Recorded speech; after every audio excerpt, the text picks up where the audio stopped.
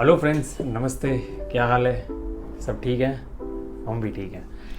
आज मैं आपको एक बहुत छोटी सी बात इस व्लॉग के माध्यम से समझाना चाहता हूँ। ये बात कोई ज्ञान नहीं है, लेकिन ये बात एक बहुत प्रैक्टिकल बात है जो मैं आज आप लोगों से करने वाला हूँ। अभी एक ऐसा टाइम चल रहा है जिसमें हम सब लोग किसी न किसी बात को लेकर टेंशन में हैं, स्ट्रेस में हैं। बहुत सारे लोग होंगे, महारथी लोग, जो शायद टेंशन में ना भी हों, सो वेरी गुड। लेकिन हमारे में से 99% लोग ऐसे हैं जो किसी ना किसी स्ट्रेस में हैं और तनाव में हैं। छोटा सा कॉन्सेप्ट एक्सप्लेन करना चाहता हूँ। आपको ये बात समझना बहुत ज़रूरी है कि आपके आसपास या आपके साथ जो भी हो रहा है, it is all God's plan.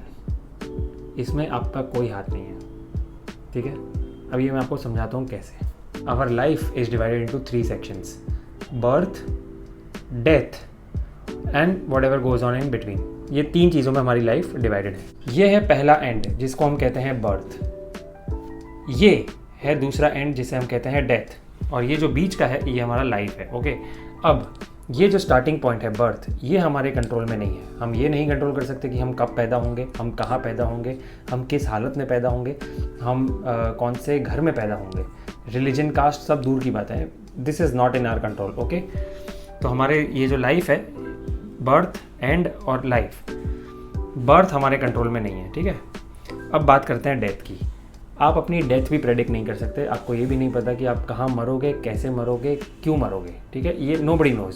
सो ये जो डेथ है ये भी आपके कंट्रोल में नहीं है, करेक्ट? तो अगर ये लाइफ है तो इसका स्टार्टिंग और एंडिंग हमारे कंट्रोल में नहीं है।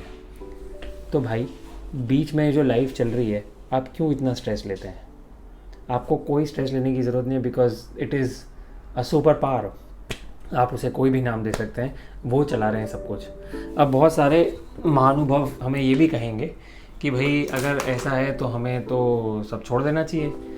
अगर सब कुछ लिखा ही है, अगर सब कुछ भगवान चला रहे हैं, तो हम घर बैठे रहेंगे और हमको वैसे ही पैसे मिलते रहेंगे। आपकी किस्मत में कुछ है तो आपके अंदर इतनी बुद्धि अपने आप कहीं से आ जाएगी कि आप उस डायरेक्शन में चलने लगोगे।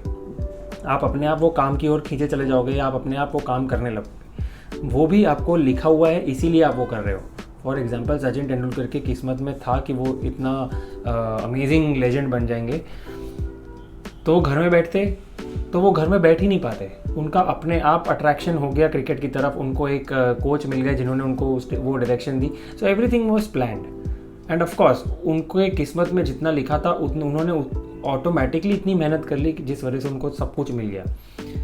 सो all I am trying to say is you need not stress about anything in life, because everything is written. जिस दिन आपके ये बात समझ में आ जाएगी, आप बड़े चिल्ड आउट होकर बैठ जाओगे, ठीक है? और अगर आपको किस्मत में काम करना लिखा होगा, आप कहीं ना कहीं से जाके कर ही लोगे। So you need not worry. Chill करो, इन्जॉय करो फैमिली के साथ।